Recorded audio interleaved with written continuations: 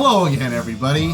Thank you for joining Brain Smashers Metal Lopalopsy Top Turvy Gut Busting Ball Smashing Christ Killing Metal Party. Thanks for subscribing if you're a new subscriber. Thank you, Mike, for getting me a bunch of subscribers. That was a cool shout out. It was cool to be able to give you that book away. So I was looking through my CDs at the next batch today and thinking, I'm not really feeling this batch of CDs, so I'm gonna do an LP update just for the fuck of it.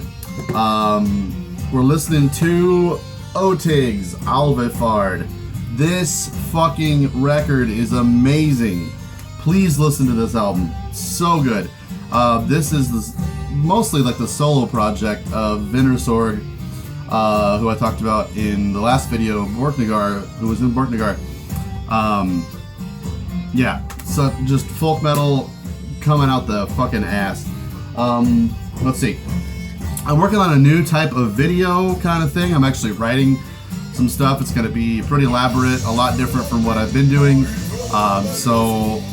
I don't know. I'll be talking about that a little bit in this video, and maybe as we go forward and as I work toward getting that done. I've got a cool guest coming up here in a couple of weeks, so check out that when it's up. What was the other thing? Oh, you might have noticed the other day that you saw an Obtained Enslavement live footage go up. So I'm going through my old DVD bootlegs of live shows and stuff. And I just thought, since that stuff isn't on YouTube and these bands are probably defunct, or the videos are from so long ago that no one's gonna care that I put this stuff up. Let me turn this down a little bit. That I would start putting them on my channel so that you guys can enjoy what I've got. So I've got like just a stack of DVDs of like ripped old VHS bootlegs and shit from the 90s, 2000s and stuff. So I'm gonna be putting that stuff up, so check that out. Anything else before we get started? Whatever. So, this is, I don't know, this is Dawn's, Ner Solen Gar Niper for Evoger. This is a Century Media reissue that came out a couple of years ago, but I have been in love with this album for many, many, many years, going on 20 years, actually. This is highly melodic, Swedish blackened death metal, maybe deafened black metal. It's pretty black metal, but I hadn't really thought about it until a couple of years ago that this music is so complex that, look at that red fucking vinyl, beautiful. It's so complex and so highly skilled that it kind of has almost a template of death metal music, but the vocals are definitely black metal by Hank of Force, and the melodicism is just far and away different from any death metal band, and so I kind of consider this like a deafened black metal album, I guess. The killer live pictures there.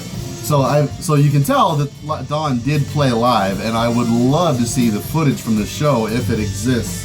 That would just be a fucking holy grail acquisition if I were able to ever find that.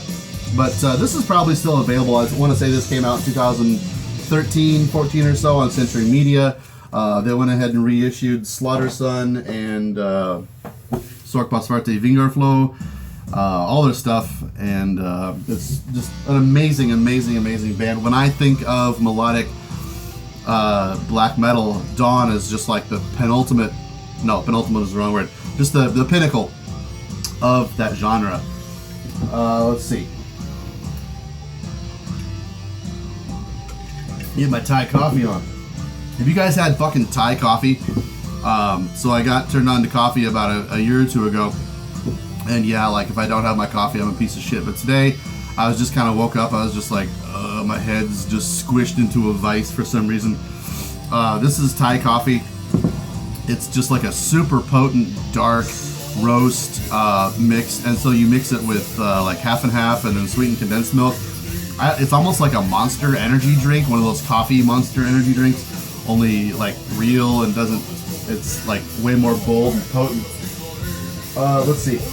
This here, so this is kind of a weird thing for me to talk about Panopticon, and I know I've touched upon the subject of Panopticon in a few videos and kind of danced around it because I don't want you guys to go fucking nuts about it. But I and my friend Ron, who was in a video a couple of weeks ago, put this record out in collaboration with Handmade Birds on our label Pagan Flames.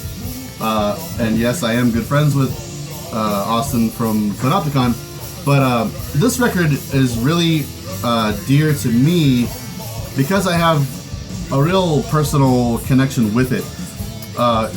Aside from it being an incredible record, it's about Austin leaving Kentucky, and it's kind of his homage to his home state while leaving. And so, not only did I have a connection with this album because I helped put it out, and but I also actually I got to help Austin move out of Kentucky. I got to go to Kentucky to help him pack up his stuff. I got to meet his friends. I got to hike in the woods that these songs are about, and I still got to go back to Kentucky a few times since then to see those friends who have now become dear friends of mine. And I see some of them in Minnesota sometimes too. But so, obviously, if your interest is piqued by this, you know that Austin kind of keeps anonymity on the internet. So I don't want to give away like too much about what our relationship is. But this record is just a phenomenal record. It's a groundbreaking American folk black metal record. So this version, like I said, is a co-release between Pagan Flames and Handmade Birds. This version I think is limited to 300 or so.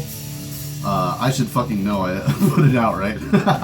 It's been a long time since this came out, and you know the success of Panopticon has just gotten insane over the last few years since the release of this LP. Get in there. So I just wanted to show this off and tell you about how like I have such a personal connection with this record that it's a real dear album to me, and I'll always feel that connection when I listen to it. It's one of those records you don't just put on. It makes you think about Kentucky, and it's also about coal mining. It's not just about moving out of Kentucky. It's about a lot of deforestation in the state. There's a beautiful picture of Kentucky. If you ever get a chance to go to Kentucky, I highly recommend you do. Before I met Austin and ever went to Kentucky, I always thought the South. I don't know the South. I'm from Iowa. I'm kind of like in the middle. You might not realize that the South technically isn't that far away, and I guess I didn't even realize it until I drove for 8 hours to Kentucky, and I just always thought the South is so fucking far away. There's no way I could ever get there. I don't like driving more than 4 or 5 hours or so. So I just wasn't willing to even entertain the idea of ever going to Kentucky until this friendship and bond with the state began because of this album. So I highly recommend, you go down to Louisville and see my friends in Kentucky.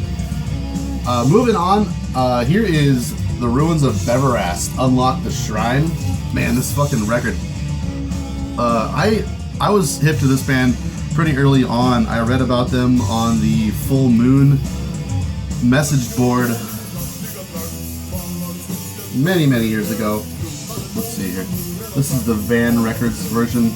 I'm not really happy about this version of it. The artwork, it just doesn't really do much for me. It's really, I don't know, and I also don't really care for the Ruins of Beverast logo that much, but this is one of my favorite albums, one of my favorite bands, and this is the debut. It's just haunting black metal. It's kind of mid-paced. It's just got such a churning, weird atmosphere to it. I've never really heard any other band able to capture this sort of mood or atmosphere. It's just so brooding and strange. Sometimes it's so chaotic. There's a lot of variety to the music, I picked this up. Man, it's got a bad rip in there. But I didn't get it for the condition of it. I got it because I love this fucking record. It's German black metal, and the guy Alexander von Meilenwald, who does this band, came from a band called Nagelfar, and next week here, maybe 2 weeks, I should be getting in some Nagelfar CDs.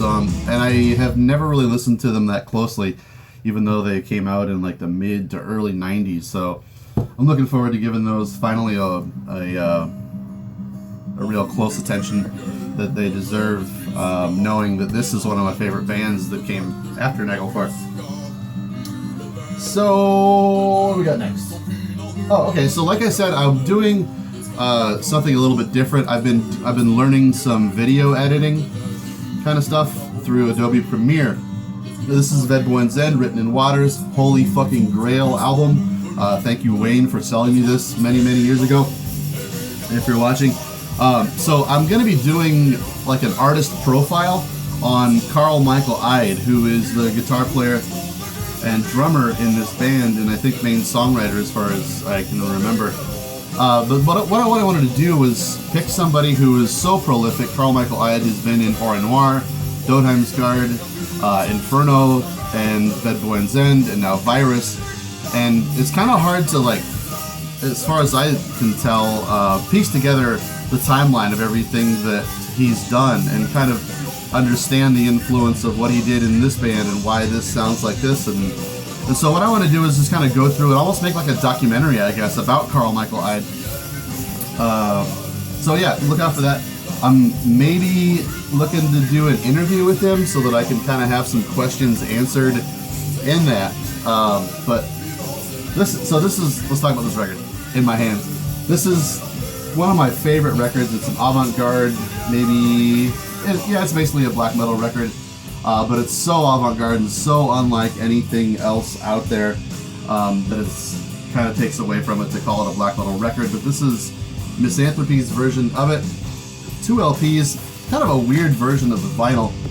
There's no labels on either side of either record, but look at that purple swirl vinyl. And this came out in 96 or something like that.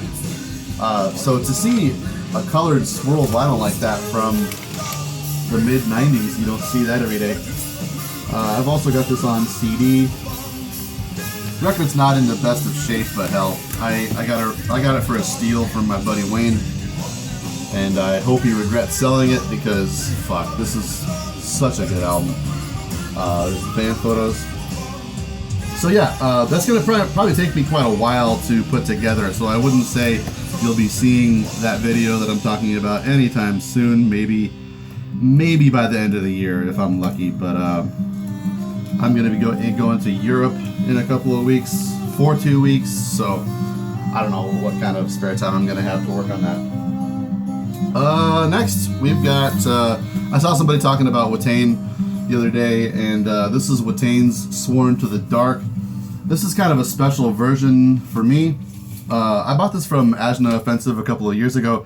So there's 3 variants of this record put out back then, and each variant has a different member of the band shown on the disc, and I'll show you that here in a second. So it's 2 picture LPs. Where are we at here? I don't even want to take it out. So there's the cover. So I got the Eric version, Eric Danielson, and I had all 3 members of the band sign it when they came to Des Moines to play many years ago. And then this is the other one. They actually insisted on signing both LPs. And what's funny is when I had them sign this, they hadn't seen these versions of the LPs. They were on tour in the States and, not getting the mail or anything. So when I handed them these things, they were like, holy shit, when did you get this? And I was like, today. They just came in the fucking mail. So they were just like looking all over them, and I got to hang out with Watain for like, I don't know, half an hour while they were just talking about these LPs and stuff. It was so weird that they even came to Iowa in the first place. But I gotta look at that. Look at that fucking picture. This band is just the most photogenic fucking black metal band I've ever seen, I swear. A lot of people act like they sold out, stuff like that. I don't fucking care. I did kind of like their last record. It's not like I bought it. I probably listened to it a couple of times. But their early stuff, man, Rabid Death's Curse is fucking killer. Somewhere to the Dark, right here. It's a good fucking record. I'm tired of hearing everybody shit talk about them like they're Dimmy Borgir. They're not. This album fucking rules. Shut up. Alright, so this is gonna be a little weird. I was just going through my records, picking out some stuff to show you guys, and I was just like, God damn, I have a bunch of LPs of this band. This is not a metal band. This is one of my favorite bands, however. This is Sparks. A lot of people just don't know about Sparks. I don't know why it is, but they've been around since the 70s. I'm not going to spend too much time on these, except for this one. Man, I found this in a record store used a couple of years ago. This album came out in 1970. Wait, this isn't the right one. Never mind. But they're like a kind of a British pop band. They aren't British. They're from Alabama, actually. But this is one of their better albums, Angst in My Pants. They're a two-piece band. They're brothers, Russell Mael and Ronald Mael. This is Indiscreet. Check out this. So this is the album I was going to show you. This came out in like 74, I want to say, but the shape that this is in, look at that gloss. Have you ever seen an LP from 1970, anything that had this amazing gloss on it, still intact, and when you open it up, it sticks together because it's so fucking glossy. I gotta be careful with this thing. But I treated myself for my birthday a couple of years ago with this thing. This is just an insert here I keep in there to keep it protected. But goddamn, this thing is in amazing shape. This is the Indiscreet album. So yeah, if this sounds at all interesting to you, I don't really know who I would compare them to. Maybe kind of like XTC, which is one of my favorite bands. You probably think they're gonna sound like Hall & Oates or some shit. They don't. It's just kind of like intelligent pop rock, if you will, and they've just stood the test of time. These LPs span from, like I said, 70. I think this is their second record. This is like, I don't know, 71, 72 or so, all the way up and through like 93, 94 or so. But yeah, I just scored these all at one record store a couple of years ago for cheap, and I was just like, fuck, this is really going to be a sweet collection to have. So I picked up most of these there. But yeah, Sparks, fucking love these guys. Super catchy tunes. If you're interested in something just really out of the ordinary, non-metal, I highly recommend it. They're super fun band. Anything else to talk about? I feel like I'm rushing through this and forgetting everything. I don't know. Listen to Watain, man. Listen to fucking Watain. The second album, it's kind of good, but this album, just a fucking masterpiece. Totally underrated band. I wish more people would talk about that, and I would really love to see it on vinyl. Anyways, thanks for tuning in. TDM.